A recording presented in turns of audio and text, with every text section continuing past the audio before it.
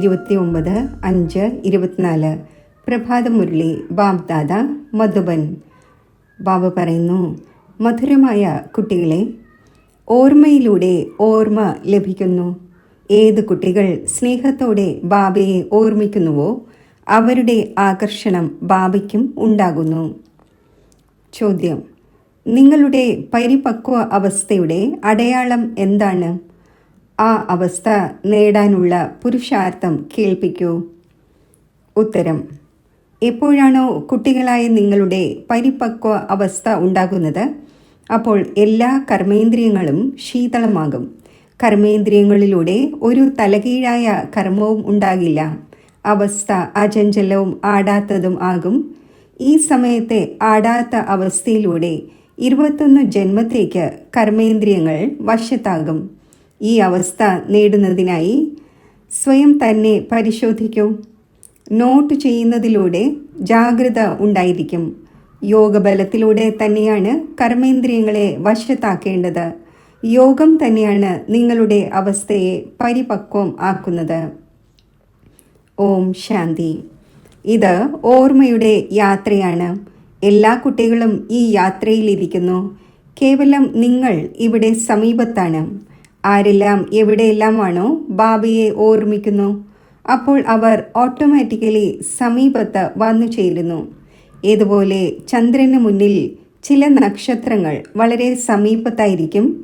ചിലർ വളരെയധികം തിളങ്ങുന്നു. ചിലത് സമീപത്തും ചിലത് അകലെയുമായിരിക്കും. ഈ സ്റ്റാർ വളരെയധികം തിളങ്ങുന്നു എന്ന് കാണപ്പെടുന്നു. ഇത് വളരെ സമീപത്താണ്. ഇത് തിളങ്ങുന്നതേയില്ല.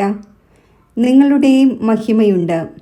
നിങ്ങളാണ് ജ്ഞാനത്തിൻ്റെ യോഗത്തിൻ്റെ നക്ഷത്രങ്ങൾ. കുട്ടികൾക്ക് ജ്ഞാന സൂര്യനെ ലഭിച്ചിരിക്കുകയാണ്.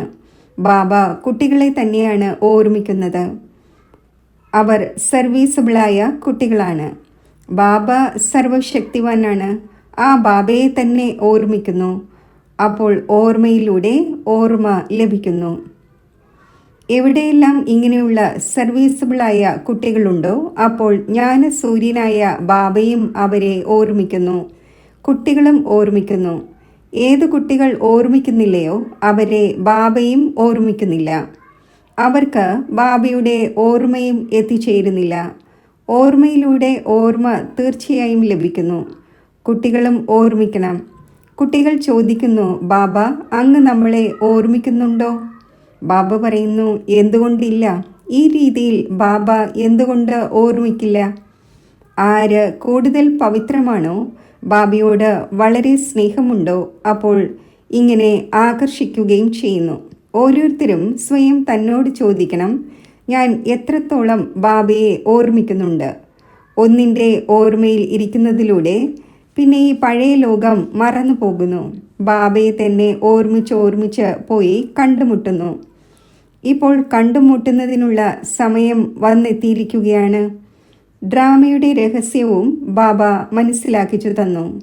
ബാബ വരുന്നു, വന്ന് കുട്ടികളെ തൻ്റെ ആത്മീയ കുട്ടികൾ ആക്കി മാറ്റുന്നു. പതീതത്തിൽ നിന്നും പാവനം എങ്ങനെയാകാം അത് പഠിപ്പിക്കുന്നു. ബാബ ഒന്ന് തന്നെയാണ്. ആ ഒന്നിനെ തന്നെയാണ് എല്ലാവരും ഓർമ്മിക്കുന്നത്. എന്നാൽ എല്ലാവർക്കും ഓർമ്മ ലഭിക്കുന്നത് അവരവരുടെ പുരുഷാർത്ഥത്തിൻ്റെ നമ്പർ അനുസരിച്ചാണ്. എത്രത്തോളം വളരെയധികം ഓർമ്മിക്കുമോ അപ്പോൾ മുന്നിൽ നിൽക്കുന്നത് പോലെയാണ്. കർമാതീത അവസ്ഥയും ഇങ്ങനെ ഉണ്ടാകേണ്ടതുണ്ട്. എത്ര ഓർമ്മിക്കുമോ അപ്പോൾ കർമ്മേന്ദ്രിയങ്ങൾ ചഞ്ചലം ആവുകയില്ല. കർമ്മേന്ദ്രിയങ്ങൾ വളരെയധികം ചഞ്ചലമാകുന്നല്ലോ. ഇതിനെ തന്നെയാണ് മായ എന്ന് പറയുന്നത്. കർമ്മേന്ദ്രിയങ്ങളിലൂടെ ഒരു മോശമായ കർമ്മവും ഉണ്ടാകരുത്. ഇവിടെ യോഗബലത്തിലൂടെ കർമ്മേന്ദ്രിയങ്ങളെ വശത്താക്കണം. അവരാണെങ്കിൽ ഔഷധങ്ങളിലൂടെ വശത്താക്കുന്നു.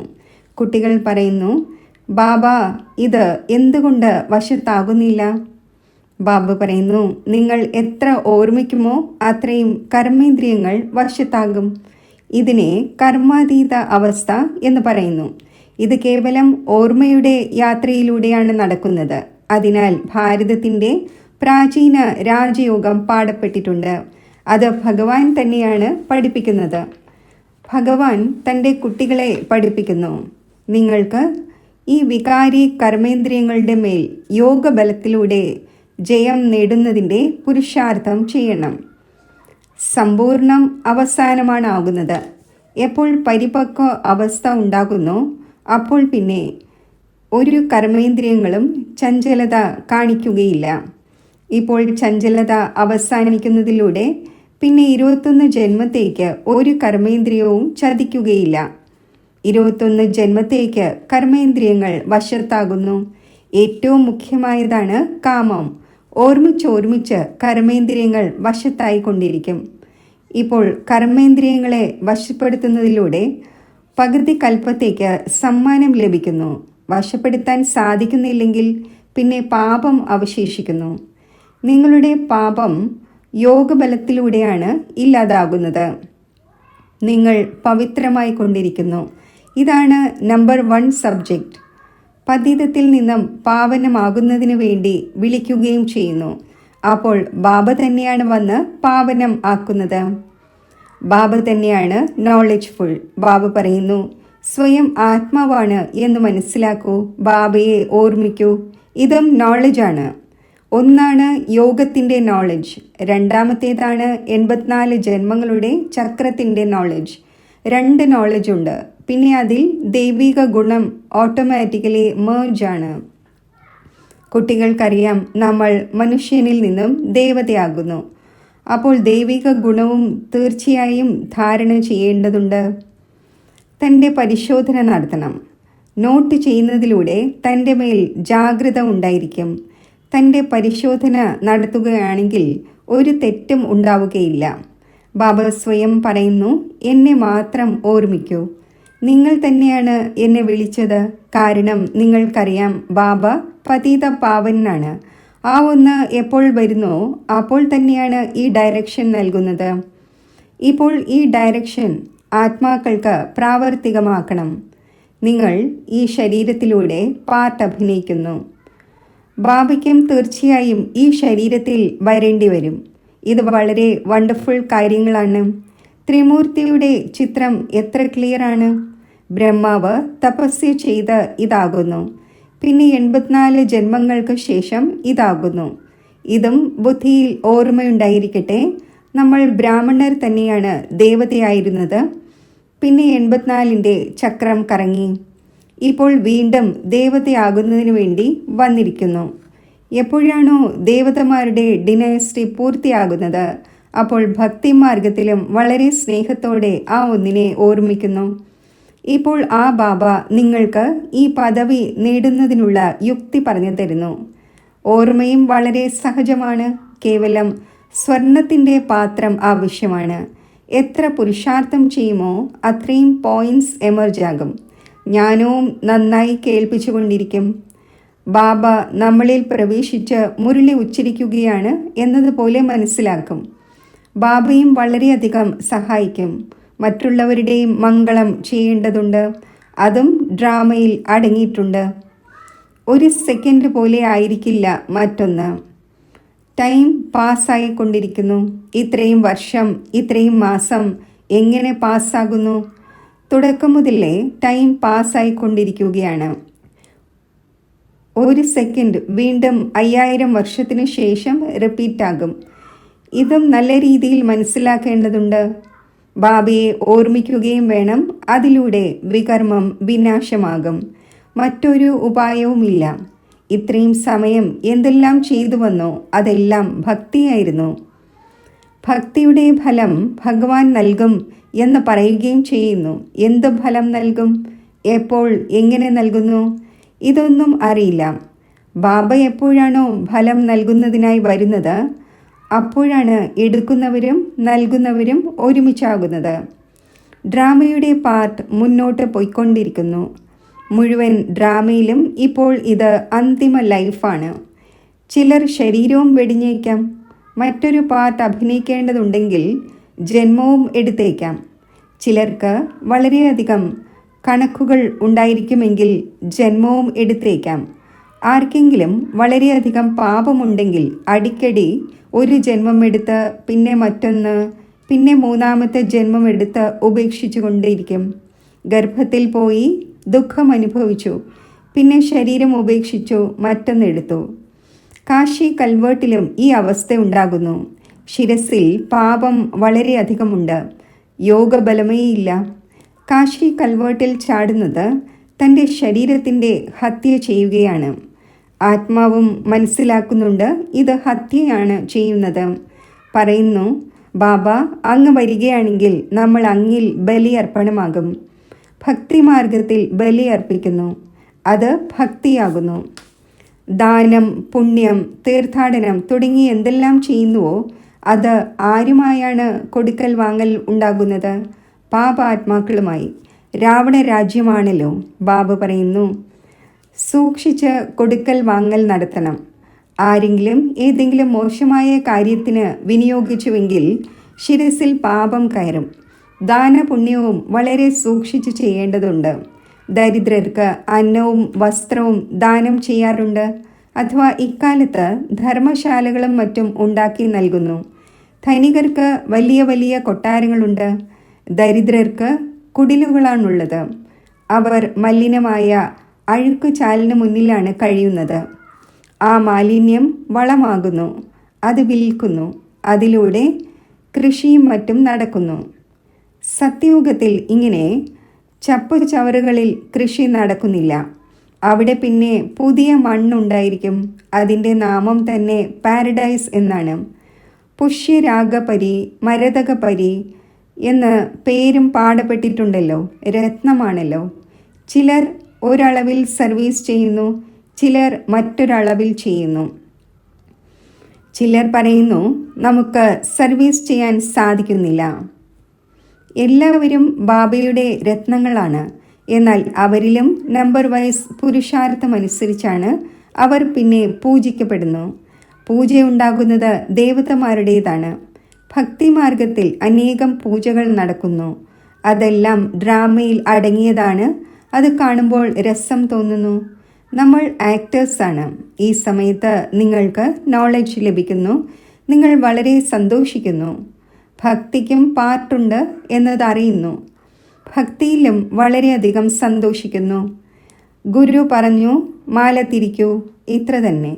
ആ സന്തോഷത്തിൽ തിരിച്ചുകൊണ്ടേയിരിക്കുന്നു. അറിവ് യാതൊന്നും ഇല്ല. ശിവൻ നിരാകാരനാണ്. ആ ഒന്നിനെ പാലും ജലവും എന്തുകൊണ്ട് അഭിഷേകം ചെയ്യുന്നു? മൂർത്തികൾക്ക് ഭോഗവയ്ക്കുന്നു, നിവേദ്യം അർപ്പിക്കുന്നു എന്നർത്ഥം. അത് ആരും കഴിക്കുന്നില്ല. ഭക്തിയുടെ വിസ്താരം എത്ര വലുതാണ്! ഭക്തി വൃക്ഷമാണ്, ജ്ഞാനം ബീജമാണ്. രചയിതാവിനെയും രചനയെയും കുട്ടികളായ നിങ്ങളല്ലാതെ മറ്റാരും അറിയുന്നില്ല. ചില കുട്ടികൾ തങ്ങളുടെ എല്ലുകൾ പോലും ഈ സർവീസിൽ സ്വാഹ ചെയ്യുന്നവരാണ്. നിങ്ങളോട് ചിലർ പറയുന്നു ഇത് നിങ്ങളുടെ കൽപ്പനയാണ്, ഭാവനയാണ്. ഈ വേൾഡിൻ്റെ ഈ ഹിസ്റ്ററിയും ജോഗ്രഫിയും റിപ്പീറ്റ് ആകുന്നു. കൽപ്പന റിപ്പീറ്റ് ആകുന്നതേയില്ല. ഇത് നോളജാണ്. ഇത് പുതിയ കാര്യങ്ങളാണ്, പുതിയ ലോകത്തിലേക്ക് വേണ്ടി. ഭഗവാൻ വാച, ഭഗവാനും പുതിയത്, ആ ഒന്നിൻ്റെ മഹാവാക്യവും പുതിയത്. അവർ പറയുന്നു കൃഷ്ണ ഭഗവാനു വാച, നിങ്ങൾ പറയുന്നു ശിവ ഭഗവാനു വാച. ഓരോരുത്തരുടേതും അവരവരുടെ കാര്യങ്ങളാണ്. ഒന്ന് മറ്റൊന്നുമായി യോജിക്കുന്നില്ല. ഇത് പഠനമാണ്, സ്കൂളിൽ പഠിക്കുന്നു. കൽപ്പനയുടെ കാര്യമേ ഇല്ല. ബാബ ജ്ഞാനത്തിൻ്റെ സാഗരമാണ്, നോളജ്ഫുള്ളാണ്. ഋഷിമുനിമാർ പോലും പറയുന്നു നമ്മൾ രചയിതാവിനെയും രചനയെയും അറിയുന്നില്ല. ആദി സനാതന ദേവീ ദേവതമാർ പോലും അറിയുന്നില്ല എന്നിരിക്കെ അവർക്ക് ഈ നോളജ് എവിടെ നിന്നും ലഭിക്കാനാണ്? ആര് അറിഞ്ഞുവോ അവർ നേടി. പിന്നെ എപ്പോഴാണോ സംഗമയുഗം വരുന്നത് അപ്പോൾ ബാബ വന്ന് മനസ്സിലാക്കിക്കും. പുതിയവർ ഈ കാര്യങ്ങളിൽ കുഴങ്ങിപ്പോകുന്നു. പറയുന്നു നിങ്ങൾ ഇത്രയും കുറച്ചുപേർ തന്നെയാണ് റൈറ്റ്, ബാക്കിയെല്ലാം അസത്യമാണ്. നിങ്ങൾ മനസ്സിലാക്കിക്കുന്നു ഗീത മാതാവും പിതാവുമാണ്. അതിനെ തന്നെ ഖണ്ഡിച്ചിരിക്കുകയാണ്. ബാക്കിയെല്ലാം രചനയാണ്. അതിൽ നിന്നും സമ്പത്ത് ലഭിക്കുക സാധ്യമല്ല. വേദശാസ്ത്രങ്ങളിൽ രചയിതാവിൻ്റെയും രചനയുടെയും നോളജ് ഉണ്ടായിരിക്കുന്നില്ല. ആദ്യം പറഞ്ഞു കൊടുക്കൂ, വേദങ്ങളിലൂടെ ഏതൊരു ധർമ്മം സ്ഥാപിതമായി? ധർമ്മങ്ങൾ 4 ഓരോ ധർമ്മത്തിനും ഒരു ധർമ്മശാസ്ത്രം തന്നെയാണുള്ളത്. ബാബ ബ്രാഹ്മണ കുലം സ്ഥാപിക്കുന്നു. ബ്രാഹ്മണർ തന്നെയാണ് പിന്നെ സൂര്യവംശി ചന്ദ്രവംശി കുലത്തിൽ തങ്ങളുടെ പദവി നേടുന്നത്. ബാബ വന്ന് നിങ്ങളെ മുന്നിലിരുന്ന് മനസ്സിലാക്കിക്കുന്നു ഈ രഥത്തിലൂടെ. രഥം തീർച്ചയായും ആവശ്യമാണ്. ആത്മാവ് നിരാകാരമാണ്. അതിന് സാകാര ശരീരം ലഭിക്കുന്നു. ആത്മാവ് എന്ത് വസ്തുവാണ്? അതിനെ തന്നെ അറിയുന്നില്ല. അപ്പോൾ ബാബയെ പിന്നെ എങ്ങനെ അറിയുവാനാണ്? റൈറ്റായത് ബാബ തന്നെയാണ് കേൾപ്പിക്കുന്നത്. ബാക്കിയെല്ലാം അൺറൈറ്റിയസ് ആണ്. അതിലൂടെ നേട്ടം ഒന്നും തന്നെയില്ല. മാല ആരുടേതാണ് സ്മരിക്കുന്നത്? ഒന്നും അറിയുന്നില്ല. ബാബയെ തന്നെ അറിയുന്നില്ല. ബാബ സ്വയം വന്ന് തൻ്റെ പരിചയം നൽകുന്നു. ജ്ഞാനത്തിലൂടെ സദ്ഗതി ഉണ്ടാകുന്നു. പകുതി കൽപ്പമാണ് ജ്ഞാനം, പകുതി കൽപ്പമാണ് ഭക്തി. ഭക്തി ആരംഭിക്കുന്നത് രാവണ രാജ്യം മുതലാണ്. ഭക്തിയിലൂടെ പടികൾ ഇറങ്ങി ഇറങ്ങി തമോ പ്രധാനമായിരിക്കുന്നു. ആരുടെയും ഓക്കുപ്പേഷനെ അറിയുന്നില്ല. ഭഗവാന്റെ എത്ര പൂജ ചെയ്യുന്നു ഒന്നും അറിയുന്നില്ല. അപ്പോൾ ബാബ മനസ്സിലാക്കിച്ചു തരുന്നു, ഇത്രയും ഉയർന്ന പദവി നേടുന്നതിനായി സ്വയം ആത്മാവാണ് എന്ന് മനസ്സിലാക്കണം. ബാബയെ ഓർമ്മിക്കണം. ഇതിൽ തന്നെയാണ് പ്രയത്നം. അഥവാ ആരുടെയെങ്കിലും ബുദ്ധി സ്ഥൂലമാണെങ്കിൽ സ്ഥൂല ബുദ്ധി കൊണ്ട് ഓർമ്മിക്കണം. എന്നാൽ ഒന്നിനെ തന്നെ ഓർമ്മിക്കണം. ഇങ്ങനെ പാടുന്നുമുണ്ട്, ബാബ അങ്ങ് വരികയാണെങ്കിൽ അങ്ങയുമായി തന്നെ ബുദ്ധിയോഗം യോജിപ്പിക്കും. ഇപ്പോൾ ബാബയും വന്നിരിക്കുകയാണ്. നിങ്ങളേവരും ആരുമായി കൂടിക്കാഴ്ച നടത്താൻ വന്നിരിക്കുന്നു? പ്രാണദാനം നൽകുന്നവരുമായി. ആത്മാവിനെ അമരലോകത്തിലേക്ക് കൊണ്ടുപോകുന്നു. ബാബ മനസ്സിലാക്കിച്ചു തന്നു, കാലൻ്റെ മേൽ ജയം നേടിത്തരുന്നു. നിങ്ങളെ അമരലോകത്തിലേക്ക് കൊണ്ടുപോകുന്നു. അമരകഥ പാർവതിയെ കേൾപ്പിച്ചതായി കാണിക്കുന്നുവല്ലോ. ഇപ്പോൾ അമരകഥ ഒന്നു തന്നെയാണ്. ഹിമാലയ പർവ്വതത്തിലിരുന്ന് എന്ത് കേൾപ്പിക്കുവാനാണ്? ഭക്തിമാർഗത്തിലെ ഓരോ കാര്യത്തിലും വണ്ടർ തോന്നുന്നു. ശരി, മധുരമധുരമായ വളരെ കാലം വേർപിരിഞ്ഞ ശേഷം തിരിച്ചു കിട്ടിയ കുട്ടികൾക്ക് മാതാവും പിതാവുമായ ബാബ്ദാദയുടെ സ്നേഹസ്മരണകൾ. Good morning. ആത്മീയ പിതാവിൻ്റെ ആത്മീയ കുട്ടികൾക്ക് നമസ്തേ. ധാരണയ്ക്കുള്ള മുഖ്യസാരം: യോഗബലത്തിലൂടെ കർമ്മേന്ദ്രിയ ജീത്തായി സമ്പൂർണ്ണ പവിത്രമാകണം. ഈ അവസ്ഥ നേടുന്നതിനായി തൻ്റെ പരിശോധന നടത്തിക്കൊണ്ടിരിക്കണം. സദാ ബുദ്ധിയിൽ ഓർമ്മ വയ്ക്കണം, നമ്മൾ തന്നെയാണ് ബ്രാഹ്മൺ സോ ദേവത ആയിരുന്നത്. ഇപ്പോൾ വീണ്ടും ദേവത ആകുന്നതിനായി വന്നിരിക്കുന്നു. അതിനാൽ വളരെ സൂക്ഷിച്ച് പാപത്തെയും പുണ്യത്തെയും മനസ്സിലാക്കി കൊടുക്കൽ വാങ്ങൽ നടത്തണം. വരദാനം: സർവ അതോറിറ്റി ഉള്ളവരെയും സഹയോഗിയാക്കി പ്രത്യക്ഷതയുടെ തിരശ്ശീല തുറക്കുന്ന സത്യമായ സേവാധാരിയായി ഭവിക്കട്ടെ.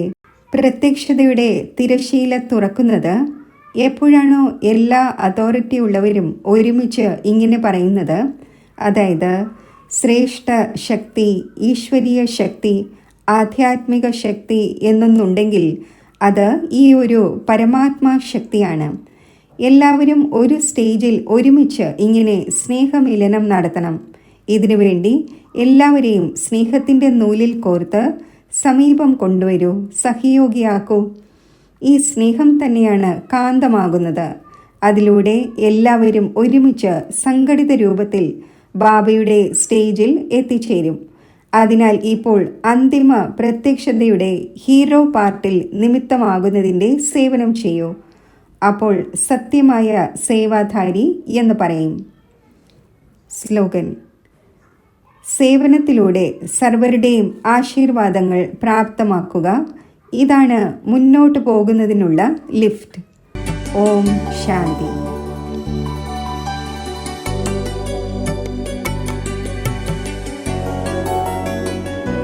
യോഗത്തിൻ്റെ അഭ്യാസം.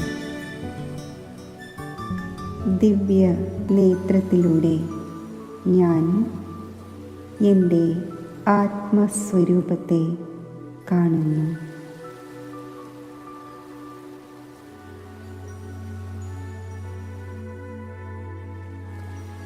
മസ്തക മധ്യത്തിൽ തിളങ്ങുന്ന ആത്മജ്യോതിയിൽ എൻ്റെ മനസ്സിനെ ഏകാഗ്രമാക്കുന്നു.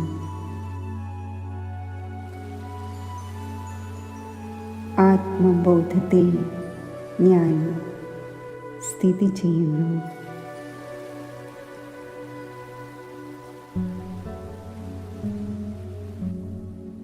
ഈ സാകാര സ്വരൂപത്തിൽ നിന്നും ആകാരീ രൂപം ഞാൻ ധാരണ ചെയ്യുന്നു. ഞാൻ ആത്മാവ് സൂക്ഷ്മ പ്രകാശ ശരീരധാരിയായി മാറുന്നു.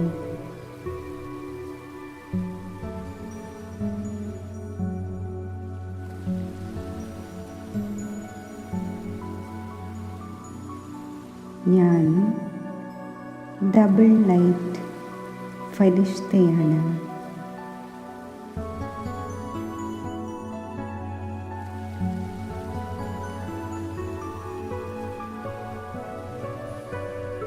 ഈ ഫരിഷ്ത സ്ഥിതിയിൽ ഞാൻ ഫരിസ്തകളുടെ ലോകത്തിലേക്ക് എത്തിച്ചേരുന്നു.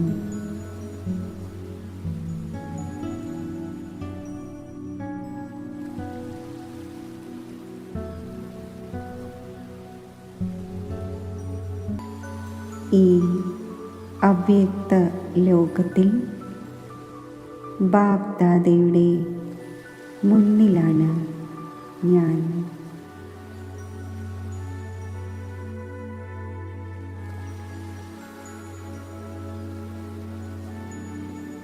ബാപ് ദാദയുടെ ദിവ്യവും അലൗകികവുമായ വരദാനി ദൃഷ്ടി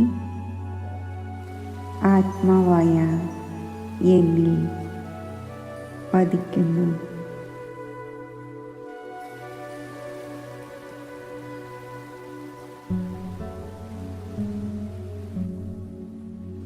സദാ വിജയീ രത്നമായി ഭവിക്കട്ടെ എന്ന വരദാനം ബാപ് ദാദ എനിക്ക് നൽകുന്നു.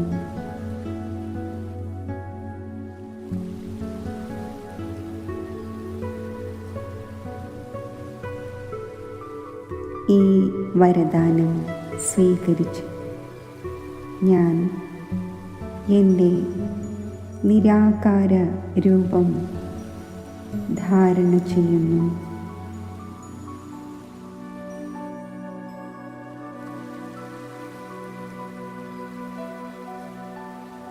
സ്വർണ്ണ ചുവപ്പ് പ്രകാശമയമായ ബ്രഹ്മലോകത്തിൽ ഞാൻ സ്ഥിതി ചെയ്യുന്നു.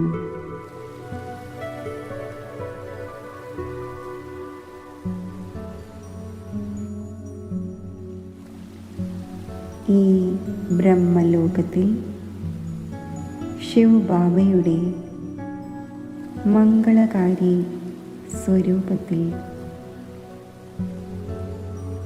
മനസ്സും ബുദ്ധിയും ഏകാഗ്രമാക്കുന്നു.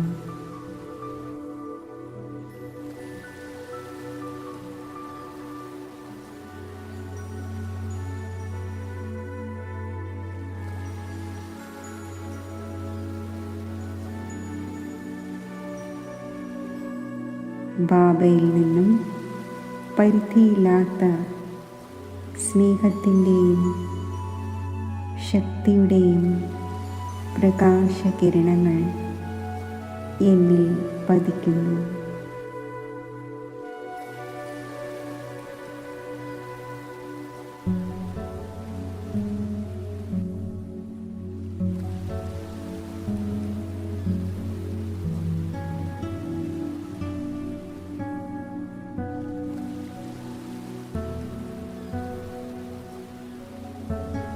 ഈ ദിവ്യവും അലൗകികവുമായ സ്നേഹവും ശക്തിയും ഞാൻ എൻ്റെ ദിവ്യ ബുദ്ധിയിൽ ധാരണ ചെയ്യുന്നു.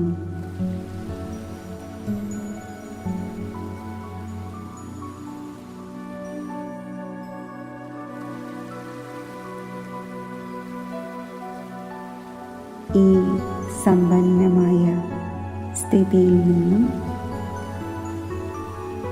ഞാൻ വീണ്ടും എൻ്റെ ഫരിസ്താ സ്വരൂപത്തിൽ ഫരിസ്തകളുടെ ലോകത്തിലേക്ക് വരുന്നു.